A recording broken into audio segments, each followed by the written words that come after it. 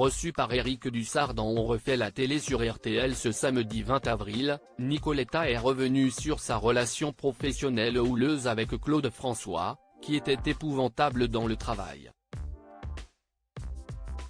Envers elle, mais également vis-à-vis d'autres artistes.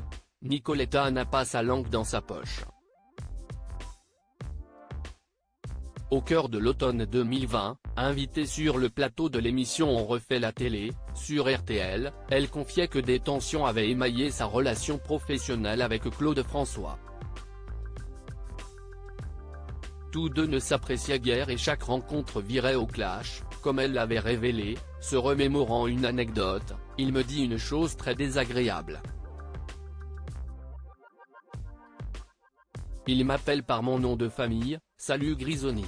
Je le regarde et je lui dis, je ne te permets pas, tu ne m'appelles pas comme ça. Ça suffit.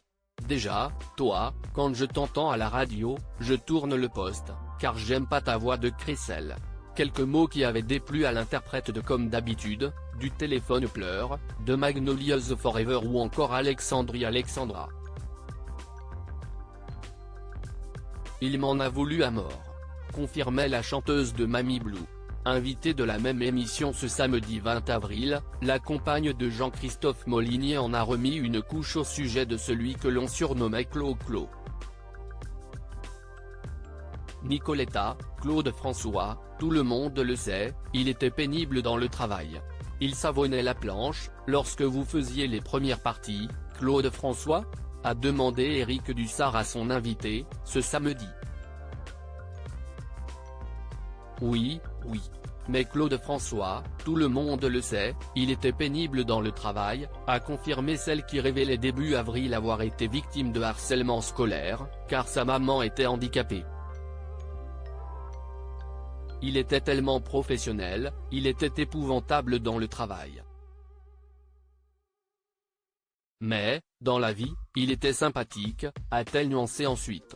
Je ne sais pas quel était son sentiment, mais il ne l'a pas fait qu'à moi, il le faisait à Véronique Sanson, il l'a fait à Alain Chamfort, a répondu Nicoletta lorsque le journaliste lui a demandé si c'était par jalousie qu'il se comportait de la sorte en coulisses.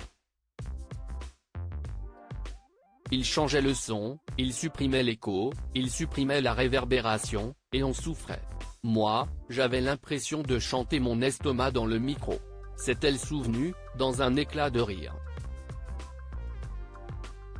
Je chantais fort, j'y allais. Je me disais, mais qu'est-ce qui se passe ? Elle est mauvaise, ça sono.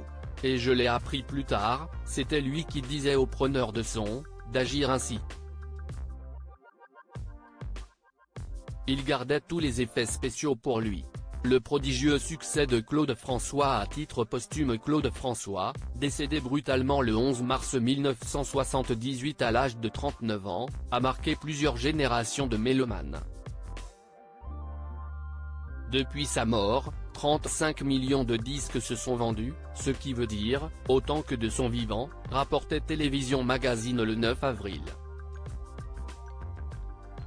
Auprès de nos confrères, son fils, Claude François Jr., avait évoqué le succès fulgurant du morceau Comme d'habitude, repris à l'étranger sous le nom de My Way.